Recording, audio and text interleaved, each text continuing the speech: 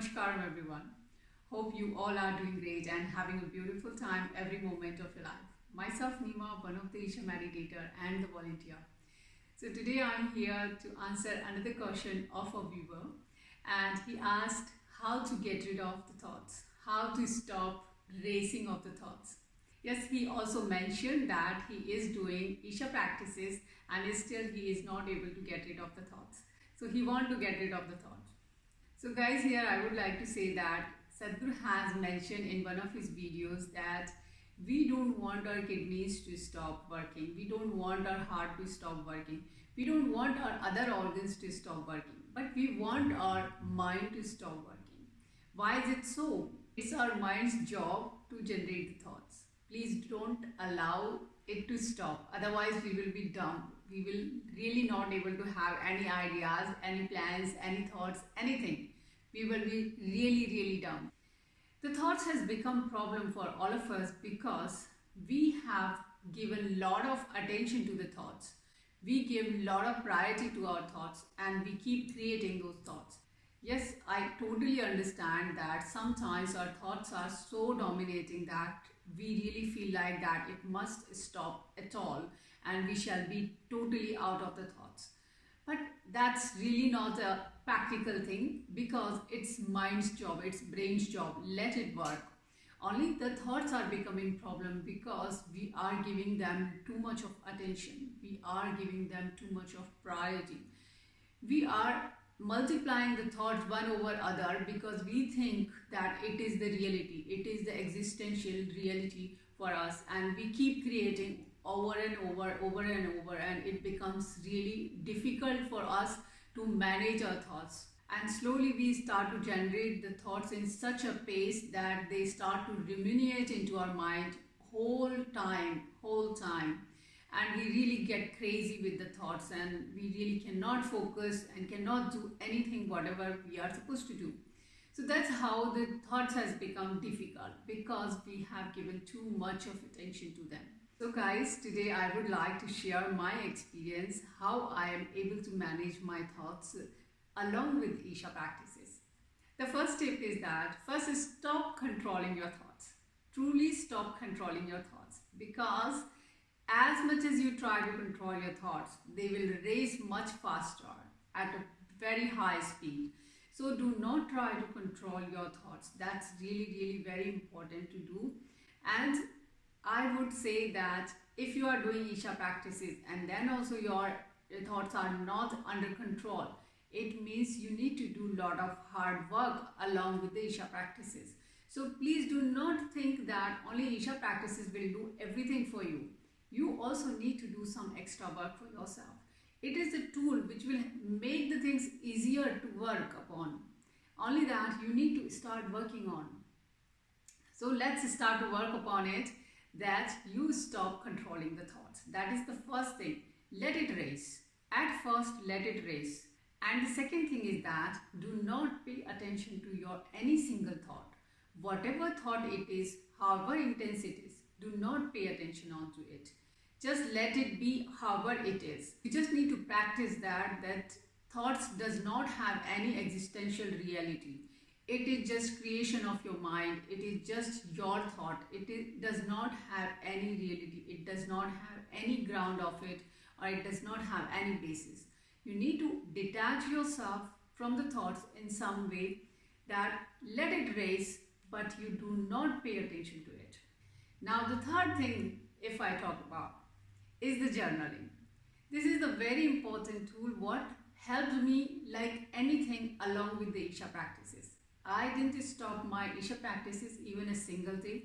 I also didn't stop my journaling even a single day. First thing what I do in the morning is to do journal. Whatever thoughts is there into my mind, I just note it down onto the paper. And as soon as I start to note it down, it starts to get rid of my mind. It's totally gone from my mind. And that's really fact. And that's practical solution, and that's true solution, which has worked a lot, not only upon me, but also on many of the people. In my previous videos also, I have recommended journaling so many times, As a beginner of the Isha practices, we need to also use some other tools to work upon us. So, if you are a beginner, you really need to work upon your journaling. It will help you multiple times. Yes, that's true. As you grow into the Isha practices, you do not need to do journaling so often. Maybe once in a week or once in a month, or maybe you don't need to as you grow. It depends how grown you are.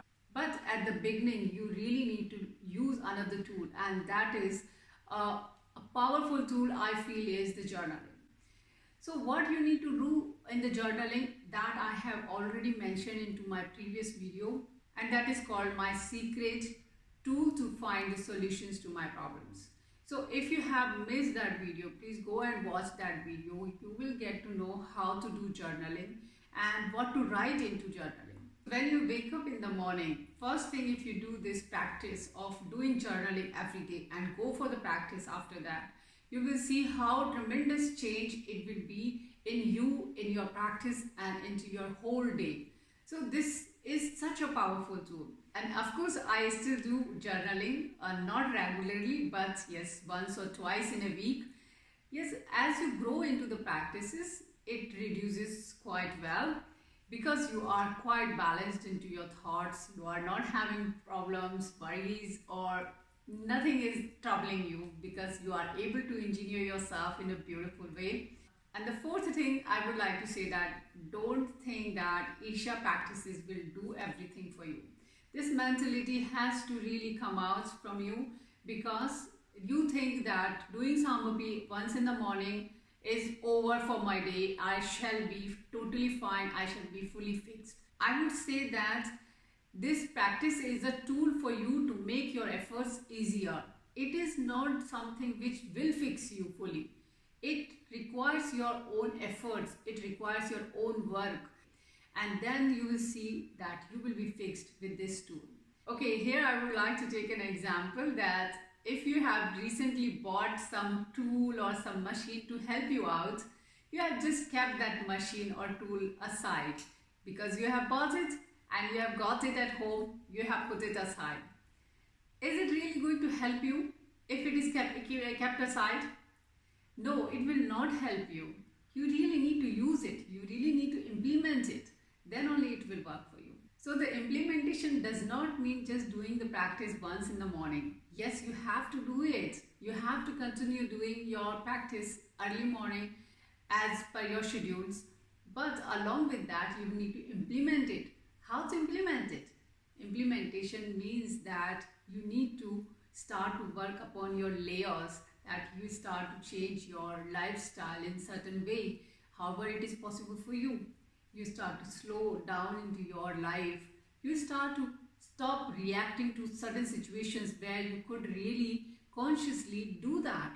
You need to start working on your behavior, how you talk to the people, how gentle you are to certain situations. You need to also work upon that, how I'm changing. Okay, how can I help myself to change in this way? Once you start to practice these things, you will see that Sambhavi will start to work upon you in a really big way.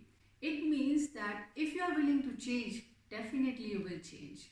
Only that your hard work is required in a lot of ways. So for so many of years, we are accumulating so much of mess onto ourselves. We have messed ourselves fully and now we really want to fix in a short period of time by using a single tool. How strange we are, aren't we? We really need to understand that we have accumulated such a mess and it will take time to get rid of this mess, and it will require certain kind of hard work upon ourselves that one by one we are getting rid of the layers. So please get rid of this mentality that Isha practices will do everything for you. They are the tools. They will make your work easier if you are working upon yourself. So in this direction, I would like to share one more last tip, and that's pay attention towards the fruit.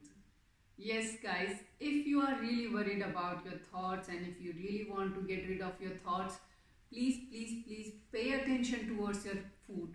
Food play a big role into our psychology, into our mind, into our body energy, into our whole system, it plays a big role. Generally, we think that food does not play a big role into our life and we can eat whatever we want to eat, and we really think of satisfying our tasty buds. It is not like that, guys. Food plays a very big role into our life, and it really works tremendous onto our system.